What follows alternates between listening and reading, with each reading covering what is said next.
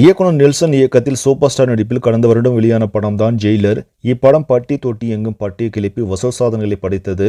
இதனால் மிகப்பெரிய லாபத்தை பார்த்த சன் பிக்சர்ஸ் நிறுவனம் சூப்பர் ஸ்டார் ரஜினி, இயக்குனர் நெல்சன், இசையமைப்பாளர் அனிருத் ஆகியோருக்கு சொகுசு கார்களை கொடுத்தது மட்டுமல்லாமல் பேசிய சம்பளத்தை விட போனஸாக செக்குகளையும் வாரி வழங்கியது. அந்த அளவிற்கு சூப்பர் ஹிட்டான ஜெயிலர் படத்தின் 2ஆம் பாகத்திற்கான பணிகளை தற்போது நெல்சன் மேற்கொண்டு வருகிறார். இதற்கிடையே பிரம்மாண்டமாக உருவாகி இருக்கும் ஜெயிலர் 2 படத்தின் டைட்டில் குறித்த செய்தி தற்போது வெளியாகி இருக்கிறது. அதன்படி ஜெயிலர் 2 படத்திற்கு ஹுக்கும் என பெயர் வைத்திருப்பதாக சொல்லப்படுகிறது. ஜெயிலர் படத்தில் இடம்பெற்ற ஹுக்கும் பாடல் மிகப்பெரிய அளவில் வரவேற்பை பெற்றதால் அதனையே இப்படத்திற்கு டைட்டிலாக வைத்திருக்கிறார்கள். இதற்கான அறிவிப்பு கூடிய விரைவில் வெளியாகும் என்று எதிர்பார்க்கப்படுகிறது.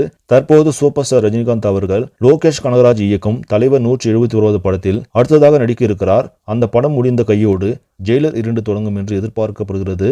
சரி, நம்மளே இந்த செய்தி உங்களுக்கு பிடிச்சிருந்தா லைக் பண்ணுங்கள், ஷேர் பண்ணுங்கள், மறக்காமல் சினி ஸ்டுடியோ தமிழ் சேனலை சப்ஸ்கிரைப் பண்ணுங்கள். அடுத்த வீடியோவில் சந்திக்கலாம். நன்றி.